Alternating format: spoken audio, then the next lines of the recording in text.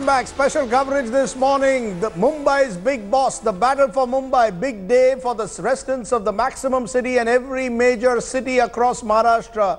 Counting is on or will begin in half an hour from now for polls for 10 municipal corporations, including India's richest municipal body, the Mumbai Municipal Corporation. Shiv Sena versus BJP, it appears.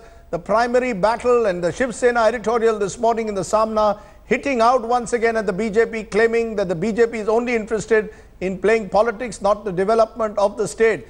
Well, all this seems to be Noora Kushti, because we believe that post-elections, who knows, the BJP and Shiv Sena could come together to control the BMC. But where does all this leave the Indian National Congress? Because the Congress party has found itself struggling to make an impact after 2014 in Maharashtra. Nikhil Wagle, Sanjay Nirupam leading the Congress's campaign, the former MP of the party from North Mumbai. Is there a sense that the Congress is still recovering from the debacle it suffered in 2014, both in the general elections and in the assembly elections in Maharashtra? So that is why the Congress is struggling in Maharashtra at the moment. I think Congress is not at all recovering. In fact, they have not realized the seriousness of the issues and the problems. All over this election, Congress was busy, Mumbai Congress was busy in infighting. Sanjay Nirupam criticized Gurudas Kamath, then there was Milind Deora, then Priya Dutt. There was not a single meeting in which all these leaders came together. I think Congress will be damaged badly in this election. In 2012, they had won 52 seats. As per your exit poll, they will come down to 30 or 32. All these seats will go to BJP. I don't understand the local Congress leaders. Mumbai Municipal Corporation is the biggest corporation in India, and this is a prestigious election. But why Congress is doing this? I don't think they have recovered from the defeat in 2014 Lok Sabha. And all these leaders have shown selfish tendencies and are not worried about the future of the party. You know, you have very strong words coming from you, Nikhil Wagle, about Sanjay Nirupam and the leadership of the Congress. But Javed Ansari, you track the Congress. Rahul Gandhi chose Sanjay Nirupam, he has given him charge, seems to back him. North Indian, once again, not for the first time, Kripa Shankar Singh also has been chosen as Mumbai Congress president in the past, in the belief that the North Indian vote needed to come to the Congress because it was almost giving up on the Marathi vote to the Shiv Sena. The strategy may not work if our exit polls are right. Is something wrong fundamentally with the way the Congress now fights election? The factionalism, the infighting that Nikhil spoke of, Gurudas Kamath, Milind Deora, nobody really coming together on one platform. And that's the problem that has been dogging the Congress party throughout the country, not just in Maharashtra. Yes, the Congress party has its task cut out. They need to find new young leaders, empower them and ensure that these young leaders go out and work. The only such example that I can give is that of Sachin Pilot. He's the one who's bending his back, who's, going from village to village in Rajasthan, and he's making life difficult for the chief minister there. All the others who were touted as Generation Next, whether it is Mr. Scindia, whether it is Jitin Prasad, or for that matter, Milind Deora, all of them are, they're nowhere to be seen. Unless you work hard, just because you're young and you happen to be in the same age group as your leader, doesn't entitle you to anything. You need to earn your spurs on the ground. And I'm afraid these people have not been doing that. Strong words again from you, that Sachin Pilot is the only leader among the younger generation of the Congress. And perhaps to some extent Jyotirudit Scindia. The rest are all, they've just, wasted the opportunity that presented itself to them. Okay, let me for a moment also go to our correspondents to get a sense from them of how they're seeing things on the ground at the moment. Gaurav Sawant has decided that he wants to be at the Shiv Sena Bhavan, wants to be where he hopes the winning side is, Gaurav. Kamlesh Sutar is joining me from Matoshri, the home of the Thackerays, and Sahil Joshi is joining me from our Andheri office. But Gaurav, the Shiv Sena, is there a mood around you of celebrations or anxiety? Do they fear that their rival, this time the BJP, may actually be denting them in their citadel, or are they confident?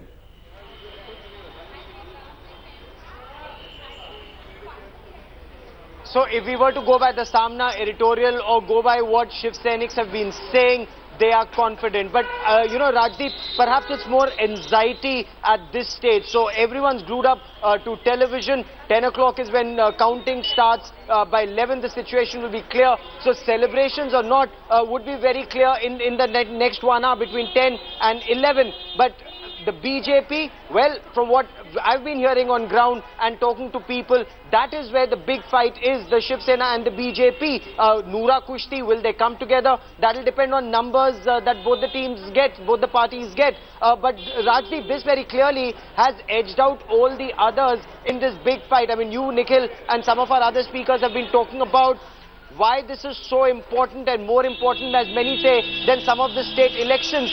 More than the money, it's the prestige of controlling, you know, Mumbai and the other municipal bodies, and it's a make or break fight for the Shiv Sena, Rajdeep. As you well know. Make or break fight, as you're putting it, for the Shiv Sena. Kamlesh, where are the Thackeray's today? In Matoshri, presumably, their home, all of them there, the entire family there together today?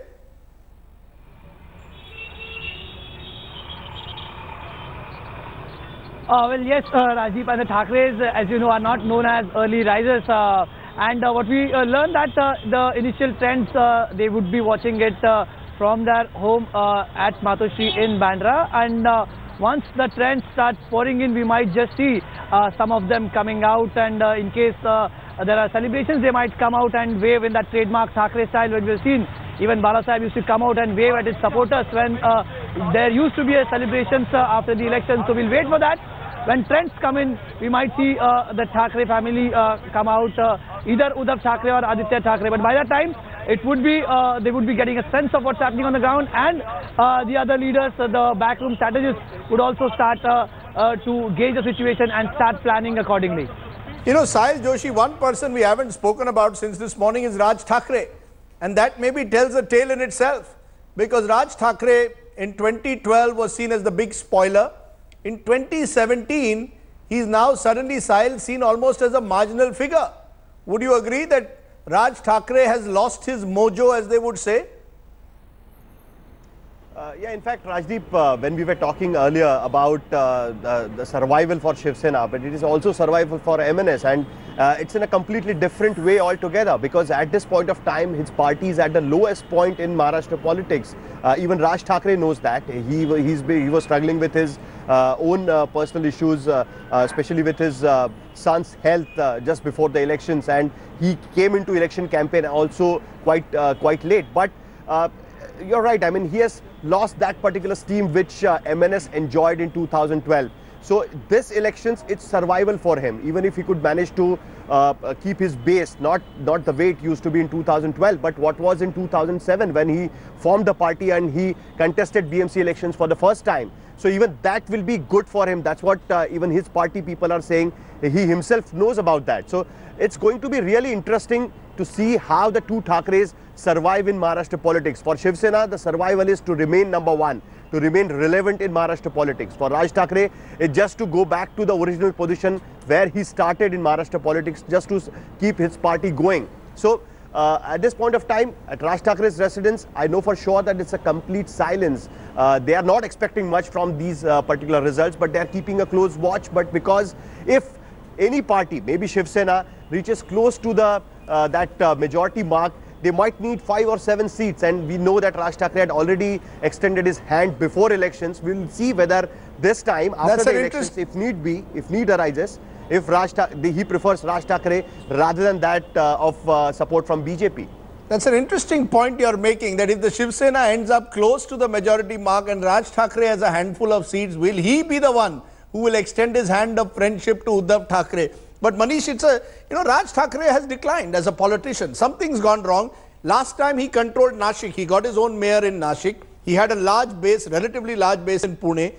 It appears, if our exit poll is right, that he's shrinking. What's gone wrong, you think, with Raj Thackeray? No, I mean, I'm sure all of us would remember Sharad Pawar, his adversary, making a very cryptic comment that you cannot run political parties starting your day at 3 p.m. I think that really captures what the style of, agitational politics which MNS is. Let's not forget, and I'm sure the latest news is that the sole MLA from the MNS resigned just on the day of BMC elections. That shows, the growing splintering of and completely meltdown of the MNS in many ways. I think it also reflects what Javed said about Congress leaders. You have to now be 24/7 into politics. Raj Thackeray has numerous other interests. As somebody that goes beyond politics. Yes. Who looks at it from the outside, he doesn't seem to have his heart in it. He has perhaps other interests. He's just sent. No, he's a bright man. He's charismatic. He's a good orator. Yeah, but the problem is, I think where you need to do the hard yards. Talent alone won't get you. You need to do the hard yards. I think agitational politics of the kind that he tried is subject to the law of diminishing returns now. Perhaps. You can't take on North Indian students one day, threaten to take on other groups. You have to be inclusive in your politics increasingly. Even Narendra Modi has realized that. You cannot be an old style politician only focusing on one group. You have to be increasingly inclusive. Some breaking news coming. The first result is out and it comes from Amravati in Vidarbha, where Rita Patole has been elected unopposed from the BJP. Ravi Lange was unopposed from BJP also in Pimpri Chinchwad near Pune. So 2 seats, both unopposed, going to the BJP at the moment. I just want to get one word from you, Nikhil, on Raj Thackeray, because you've known him well. What's gone wrong in your view with Raj Thackeray, and should we be writing him off so easily? We can't write him off. We can't write anyone from politics. But Raj Thackeray considered defeat before the election. In last election, his party achieved his performance was satisfactory. In Mumbai, he got 28 seats. In Pune, 30 seats. In Nasik, he became ruling party. But what happened after that? There was no strategy, no agenda. And this time, he didn't even campaign well. He organized only 4-5 meetings, and when he entered the scene, it was all over. So I think there was no wish to fight the election. He considered defeat before the campaigning, and if you talk to his party leaders, they admit that they are not going to reach double digit. That is the problem with MNS. If Raj Thackeray wants to revive the party, he has to work hard. Politics is a hard-working and very serious business. The problem is that Raj Thackeray doesn't understand that. It's interesting, we look at Raj Thackeray, Manisha Priyam, that's one part of it. The other part is, I'm just wondering whether this form of agitational politics works anymore now. You can't, one day beat up North Indian students, one day beat up toll operators, and expect that people are going to accept it. Mumbai has a I'll put up the numbers again. Mumbai has a 26% Hindi-speaking population today, more than Marathi-speaking. Maharashtrians have become a minority in our own city. I have no issues with that. We are a cosmopolitan melting pot. But then how do you win elections? If you target one group, you are losing a large chunk of voters straight away. I'm just wondering whether, particularly in cities like Mumbai, or indeed in a Delhi, as cities become more cosmopolitan, your politics also has to represent more cosmopolitan identity. Definitely, and that cosmopolitanism is not just about one particular ethnic group or language speaking group living in a particular area. All those 3 names that you took, look at a Pune for example, an educational hub for various reasons, attracting students from all over India. Sure. Pimpri Chinchwad that you spoke about, the factories, the mills that work in those areas, or the industry that you have in those areas, where does the labor come from? And that labor, the character of that labor today is a very, very changing character. Remember, at points where the trains to these destinations originate, there is indeed the saffron blooming, the kamal flower blooming, to an extent therefore the hold of the BJP in these newer areas with very, very shifting or volatile labor community, and that's a new development that's happening. So you're saying the younger voter, the younger aspirational voter finds the BJP's politics more in a sense attractive than perhaps the traditional sons of the soil theory. I'm saying in fact that the younger aspirational voter could also be that person who's going to do a welding in a Pimpri Chinchwad factory. He need not necessarily be one who belongs to the elite or the moneyed or the salaried class, which we traditionally conceive of as the urban voter. The urban is a melting pot and it's a flux. The labor is a very volatile migrant community. The BJP is certainly finding new grounds in that bottom of the ladder, and that's political news. Let me ask you this. Is the sons of the soil theory then slowly subject to the law of diminishing returns? Can I simply expect that Shiv Sena expects to do well in Mumbai, and they did play the Marathi card once again strongly in this election? It is relevant. But can you do it on a sustained basis across Maharashtra merely on sons of the soil? You need a plus vote. Every election now needs a plus vote. The BJP needs a plus vote in UP. The Samajwadi Party needs to go beyond its Muslim Yadav combined. Every community, every political party needs a plus vote to start winning elections. Yeah, absolutely right. I mean, the basic point is that, coming back to the MS problems is also that agitational politics, sons of the soil, can take you up to a level, but beyond that, look at the changing demographics, and Shiv Sena is adapting to that. BJP has adapted to that. MNS singularly refuses to do that, and that explains the dwindling numbers. You know, I'll tell you what Raj Thackeray once told me. He said, I tried to do the politics of development and inclusive. I even had an agenda for the whole of Mumbai. Nobody came to report it. The moment I beat people up, I suddenly got the image of being the next Bal Thackeray. And that's what became the nature of his politics. Now, that's debatable, but Shaina NC, you're joining us of the Bharatiya Janata Party. Tell me, early this morning, I was hearing BJP leaders criticizing the Shiv Sena, and the Shiv Sena and the Saamna has attacked the BJP, saying you are responsible for the lack of employment in Maharashtra and many more other criticism. By the evening, will you again be doing Jhapiya and Papiya with the BJP? Will you all come together again? Is this all Noora Kushti going on in Maharashtra? Rajdeep, let me please at the outset say that we are very confident that we will have a majority, and the majority will be ours in totality. The mayor of Mumbai will belong to the BJP because the Mumbaikar, the way they have come out and voted in such large numbers, and the fact that we've had a 55% turnout shows you that they want good governance, they want strong leadership, they want stability, and they want accountability with zero corruption. What have we seen in the BMC in the past, where there has been a collusion of certain entities with administration? This is the first government where Devendra Fadnavis has put contractors, faulty contractors behind bars, and that is a tall statement. It shows political will. We're here to deliver, and I'm sure that this verdict will be in totality.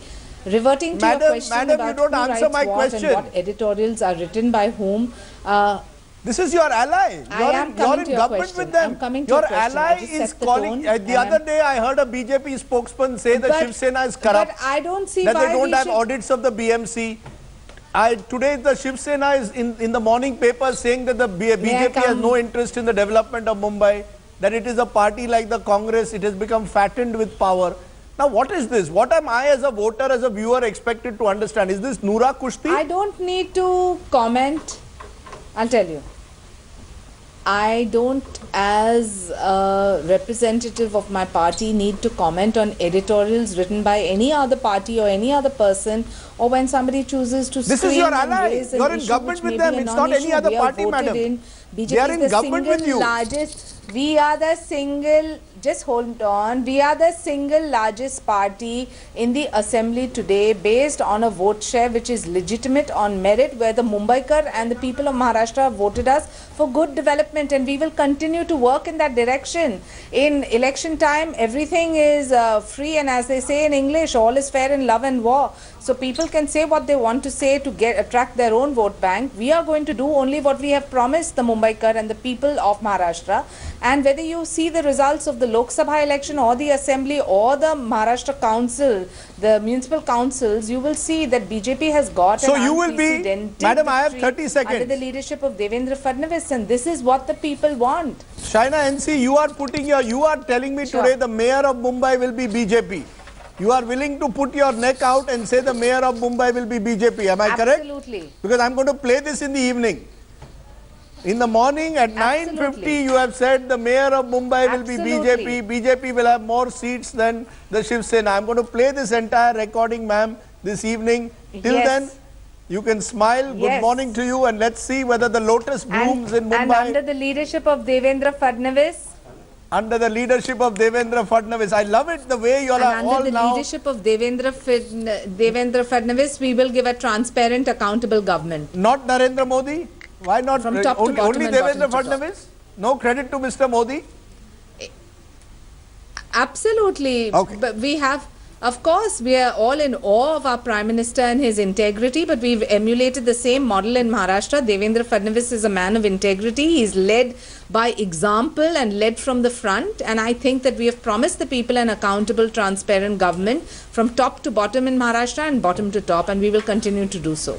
Okay, we will wait and see whether Devendra Fadnavis is Maharashtra's answer to Narendra Modi. You seem to be suggesting that the Gujarat model has now spread to Maharashtra as well. That might be seen as a saffron flag for the Shiv Sena, but we'll leave it for another day. We'll wait and see who wins the battle between the two Hindutva forces.